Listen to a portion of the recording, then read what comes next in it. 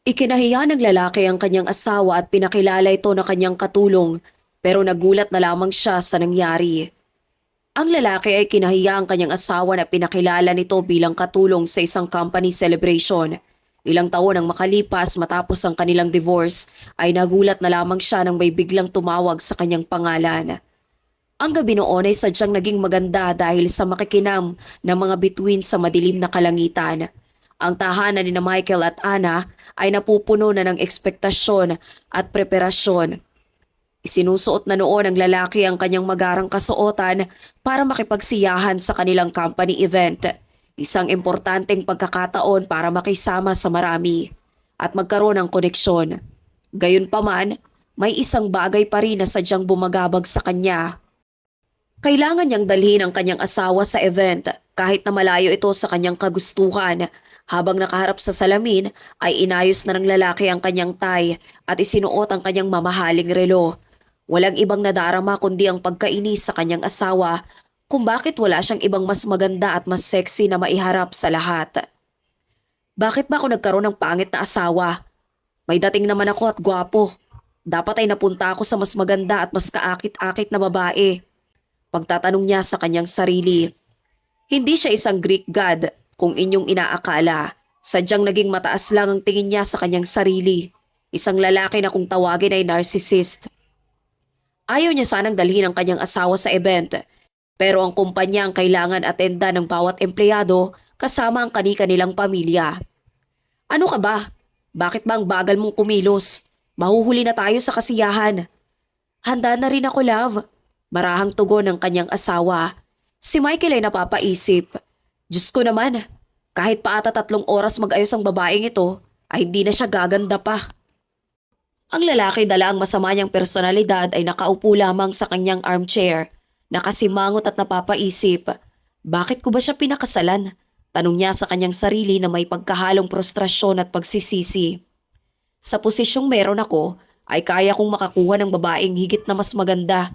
Si Ana naman sa kabilang kwarto ay labis na nanabik. Ito ang kauna-unahang beses makalipas ang 9 na taon na magagawa niyang kilalanin ng mga katrabaho ng kanyang asawa. Para kay Ana ay isa itong espesyal na oportunidad, isang bibihirang sandali para makaiwas sa kanyang regular na ginagawa at maging parte naman ng mundong ginagalawan ng kanyang asawa. Halos tapos na ako, tugon niya na may ngiti. Nagmamadali na para hindi mapaghintay ng matagal ang kanyang asawa. Alam ni Ana na hindi ganun ka pasensyoso ang kanyang asawa pero kailangan niyang mag-ayos at paghandaan ng lahat. Nais niyang ma-impress ang kanyang minamahal. Sa wakas ay lumabas na rin siya sa kanyang kwarto. Nakasuot ang eleganteng itim na dress na hindi naman ganun kagara dahil hindi naman siya binibilhan ng kanyang asawa o nireregaluhan ng magagandang pwedeng maisuot. Ang itim niyang dress ay nabili lamang ni Ana sa isang ukay-ukay. Sa kabila naman ng pag-aayos ni Ana ay hindi pa rin sumapat sa ekspektasyon ni Michael. Tinignan lamang ni Michael ang kanyang asawa nang may malinaw na ekspresyon ng pagkadismaya pero hindi niya pinahalata ang kanyang pagkairita. Handa na ako, aalis na ba tayo? Sambit ni Ana na waring hindi napapansin ang pagkainis at malinaw na hindi pagtanggap ng kanyang asawa.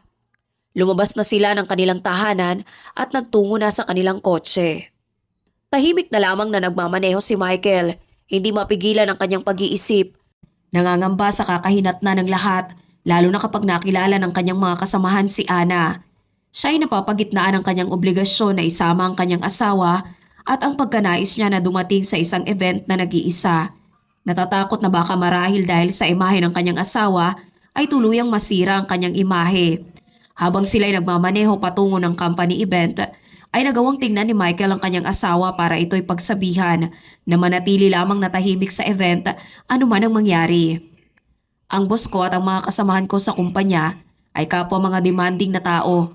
Kaya't huwag ka na lang makipag-usap kahit kanino doon. Baka may masabi ka pang walang halaga na maaari kong ikasira.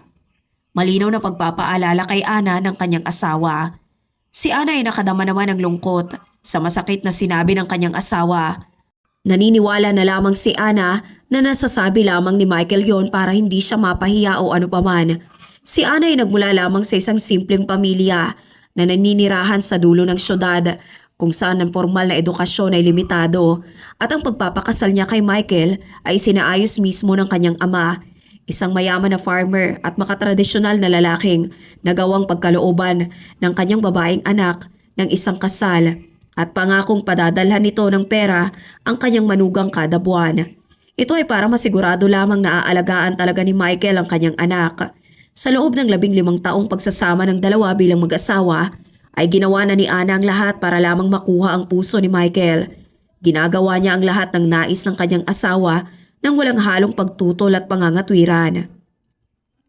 Nakahanda na ako, pangako hindi ako magsasalita at wala din akong kakausapin na kahit sino. Tugon ni Ana sa kanyang asawa na labis nang nadidismaya. Ni minsan hindi nakaranas si Ana ng kahit na kaunting afeksyon lamang kay Michael.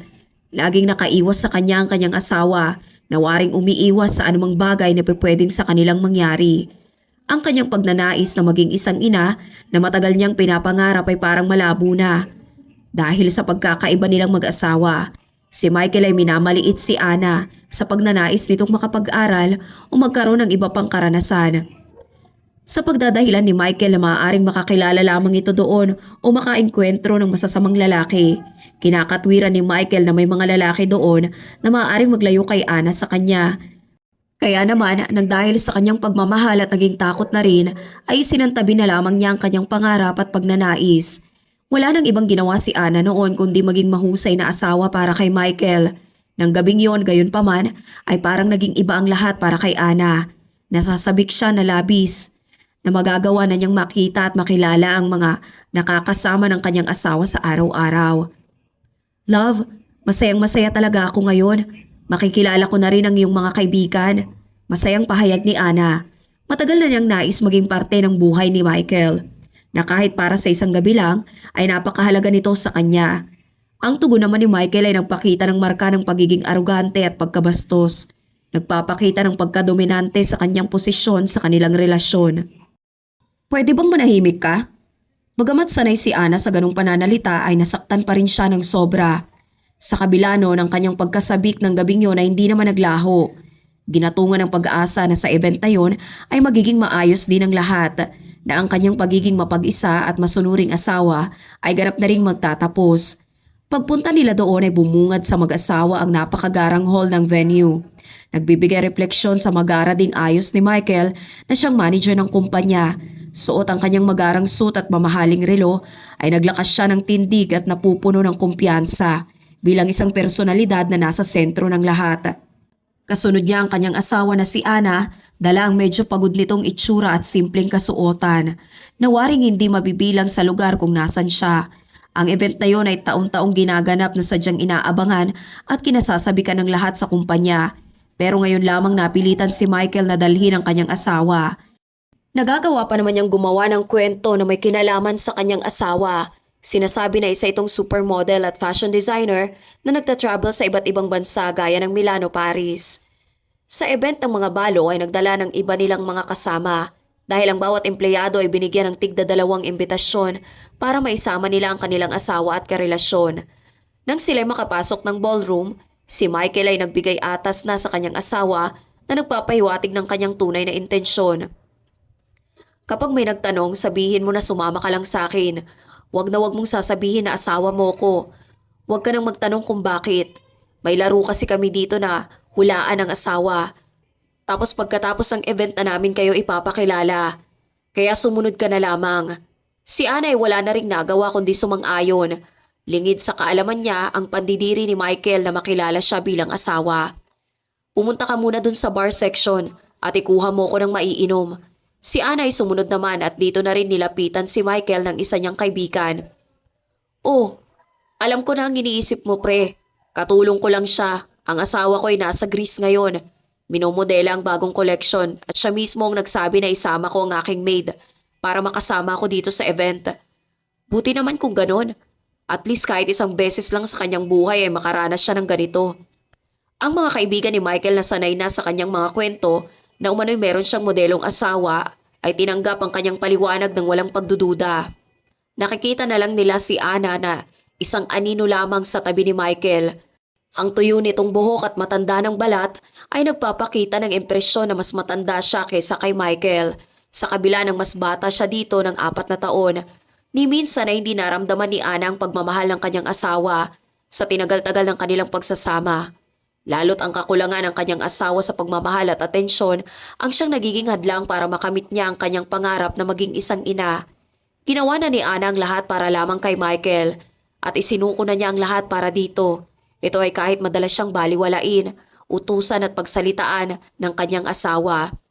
Habang nagdaan ang bawat sandali, ay mas lalong nadadama ni Ana na hindi siya nabibilang sa event, kung saan para siyang isang anino na hindi nakikita at nilalampasan lamang ng lahat. Habang naglalakad sa ballroom, ay napapansin niya ang pagbubulungan at kakaibang pagtitinginan sa kanya ng mga naroroon. Nakakadinig na rin siya ng mahihinang pagtatawanan sa kanyang likuran na sadyang nagpapadama sa kanya ng labis na pagkahiya. Sinubukan naman niyang panatilihin ang kanyang tindig pero ang kahihiyan at kalungkutan ang sadyang hindi niya makayanan.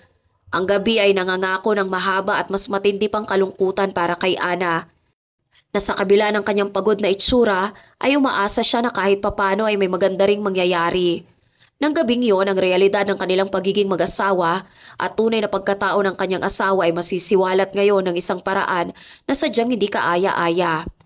Ang kasiyahan sa kumpanya na pinamamahalaan ni Michael ay nagpapatuloy na puno ng pagtatawanan at magandang pagkwekwentuhan kung saan mas nadadama ni Ana ang kanyang kawalan ng lugar. Minasdan niya ang kanyang asawa na nakikipagtawanan sa kanyang mga kaibigan habang siya'y nakatanaw lamang sa isang tabi. Kailangan niyang sumunod na huwag magsasalita kahit kanino at huwag isisiwalat ang kanilang pagiging mag-asawa. Noon pa man si Ana ay nabubuhay na sa isang simpleng pamilya at sadyang naging mababa dahil sa mataas na posisyong meron ng kanyang asawa. Naniwala si Ana sa kasinungalingan ni Michael tungkol sa isang laro na walang pagdadalawang isip. Pero ang lahat ay ganap ring na magbabago. Habang nagdaraan ang gabi ay napapansin na si Ana ng kanyang asawa. Siya at ang kanyang mga kaibigan ay patuloy na nagkokomento sa mga naggagandahang babae na napapadaan. Waring walang pakialam si Michael na naroroon lamang ang kanyang asawa. Nagsasalita ng papuri si Michael sa ibang babae at wala itong pakialam. Si Ana ay labis na nasaktan kaya't hindi niya mapigilang kwestiyonin ang pagmamahal at pagrerespeto sa kanya ng kanyang asawa. Nagsalita ka ba para sa babae na yon? Si Michael ay nanahimik na lamang at ngumiti. Sinubukan ni Ana na umalis na pero nanindigan si Michael na manatili muna sa event para makapag-inom at makapag-enjoy. Inutusan na lamang nito si Ana na ikuha siyang muli ng alak. Pero sa pagbabalik ni Ana ay sadyang natigilan na siya sa kanyang nakita. Ang kanyang puso ay tumibok ng mabilis sa labis na emosyon. Isang babae na nakakaakit ang nasa tabi ng kanyang asawa na nakahawak pa sa dibdib nito. Sino ba naman yung babae sa likuran mo? Asawa mo ba yan? Sambit ng babae kay Michael nang makita nito si Ana. Dito na nadinig ng malinaw ni Ana ang mga salitang labis na dumurog sa kanyang pagkatao. Asawa? Yang pangit na yan? Katulong ko yan. Dinala ko lang siya dito dahil sa awa. Sambit ni Michael na labis na nagbigay ng hinanakit kay Ana. Nawalan na ng lakas ng loob si Ana para kumprontahin ang kanyang lokasyon at nagsimula ng lumuha sa harap ng lahat. Indikasyon ng kanyang pagsisiwalat bilang ang tunay na asawa ni Michael. Ganyan pala ang sinasabi mo sa mga kaibigan mo? Nakatulong mo ko? 15 taon tayong kasal. Sigaw ni Ana ng malakas para ipahiwatig sa lahat ang pagsisinungaling at panglolokong ginagawa ng kanyang asawa. Ang lahat ay natigilan sa pagkagulat. Dahilan para mapahiya si Michael at sinubukan na lamang suyuin si Ana ng tuluyan itong mapakalma. Hindi love. Hindi to gaya ng iniisip mo. Halika umuwi na tayo. Tara na. Hintayin mo na lang ang tawag ng abogado ni Papa. Si Ana ay nagmamadali ng umalis. Dahilan para maiwan si Michael na nag-iisa sa gitna ng matinding kahihiyan. Nahihiya at natatakot si Michael na ang lahat ng kanyang narating ay mabaliwala na lamang ng dahil sa nangyari. Sadyang napuno na si Ana sa lahat ng ginagawa ng kanyang asawa. Kaya nagawa na niyang mag-file ng divorce. Dito na nagkanda sira-sira ang buhay ni Michael. Una na dito ang pagkawala ng regular na malaking pera na nakukuha niya buwan-buwan mula sa kanyang biyanan. Nasira na rin si Michael sa kanyang kumpanya. Hindi lamang siya naalis sa posisyon dahil sa kahihiyan, kundi sa halip ay talagang ganap siyang nasisante. Si Michael ay sadyang bumagsak na ng tuluyan. Nalaman na rin ng lahat sa kanilang lugar ang ginawa niyang pagpapakilala sa kanyang asawa bilang isang katulong. Sa puntong nailagay na rin ito sa mga pahayagan. Ngayon ay napapaharap siya sa isang realidad na hindi niya inaasahan. Walang bahay, walang trabaho at walang kahit ano. Nang dahil dito ay sadyang ginawa ni Michael ang lahat para mapanalunang muli ang puso ng kanyang asawa. Ang buhay ni Michael ay gumuho na at wala siyang ibang masisi kundi ang kanyang sarili. Bakit ba ako gumawa ng ganong klaseng katangahan? Wala siyang nagawa kundi mapilitang maghanap ng trabaho. 5 taon ang makalipas matapos maipasa ang divorce ng dalawa, ay mas lumala pa ang lahat para sa dating manager. Si Michael kahit hindi pa pulubing maituturing, ay sadyang malayo ang imahe sa kanyang dating buhay. Ang kanyang kutis ay waring nasunog sa init ng araw. Tuyot at napabayaan ang buhok at balbas saradong mukha na nagpapahiwatig ng kanyang naging miserableng buhay. Ang kanyang pinagkukunan ng pera sa ngayon ay ang pamamalimos sa mga tao sa kalsada sa gitna ng napakainit na sikat ng araw. Nang dahil sa kanyang ginawa ay nawalan siya ng asawa at pinansyal na suporta. Nasira din ang kanyang dangal at reputasyon. Ang balita na ginawa niya kamakailan ay naipabalita na rin noon sa telebisyon. Kaya't maraming sadyang nagagalit pa rin at naiinis sa kanya sa tuwing siya ay makikita. Wala nang natira sa kanya kahit ano pa. Ang anumang meron siya noon ay ganap ng naglaho at tuluyan ng naging impyerno ang dati niyang marangyang buhay. Isang hapon ay nagawa niyang makita si Ana sa tapat ng isang magarang kotse. Pero hindi gaya ng dati ay nakamagara na itong kasuotan at nakaayos. Higit na naging mas maganda ito at maayos ngayon kaysa dati. Malamang dahil sa kanyang ama. Dahil sa desperasyon ay nagawa niya itong lapitan. Ana, si Ana ay napalingon naman at nagtaka ng bahagya. Manong, kilala ko po ba kayo? Ako ito si Michael. Si Ana ay napaatras naman at hindi makapaniwala. Ang ganda mo ngayon ha? Ang gara-gara mong tingnan. Anong ginagawa mo dito? May hinihintay ako. Ikaw, anong nangyari sa'yo? Hindi na rin inaksaya pa ni Michael ang pagkakataon na yon para humingi ng tawad. Ana, alam kong nagkamali ako noon. Labis akong nagsisisi. Napagbayaran ko na ang lahat.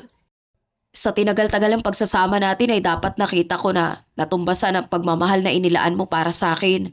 Sana mapatawad mo pa ako. Sana'y mabigyan mo pa ako ng ikalawang pagkakataon. Magsimula tayong muli. Hindi pa man nakakatugon si Ana ay dumating na ang hinihintay nitong lalaki na agad niyang ipinakilala bilang kanyang bagong asawa. Ito nga pala si Paul, ang bago kong asawa. 2 taon na kaming kasal. Sabay tuon naman ni Ana sa kanyang asawa. Han, siya yung sinasabi ko sa'yo. Ikaw ba yon? Madami akong narinig sa'yo. Anyway, sige Han, may babalikan lang ako sa store. Pagpapaalam bigla kay Ana ng kanyang asawa na agad na ring umalis.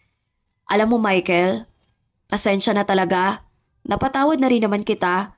Pero ang bawat ginagawa natin, maganda man o masama, ay may kapalit. Hiling ko lang na dumating ang araw na maging maayos ka rin. Tapos na ang marangyang buhay na pinagkaloob sa'yo. Kung gusto mong makabawing muli, ay matuto kang makipagkapwa-tao. Hindi maging isang arugante. Sige na, paalam. Si Paul ay agad na ring bumalik dala ang isang bouquet ng rosas na nakalimutan niyang dalhin kanina. Anniversary pala nila ng araw na yon at nagpaplano silang mag-date sa isang special na lugar. Ang dalawa ay sumakay na ng kotse at ganap ng lumisan. Si Michael ay naiwan na lamang na nag-iisa. Walang magawa kundi ang magsisi. Pero hindi na maibabalik pa ang nakalipas. Natutunan niya ngayon sa buhay na walang patutunguhan ng isang tao na mapagmataas at mapagkunwari. Na ang pagtatakwil sa isang asawa na walang ginawa kundi mahalin siya, ang pinakamalaking bagay na pagkakamali na kanyang nagawa sa buhay. Kaya't walang umaga at gabi na hindi siya humihiling ng kapatawaran sa Diyos. Sa mga salang kanyang nagawa, umaasa at humihiling na ang kanyang taos-pusong pagtanggap sa Diyos at pagsisisi ang siyang maglalagay sa kanyang maayos na buhay.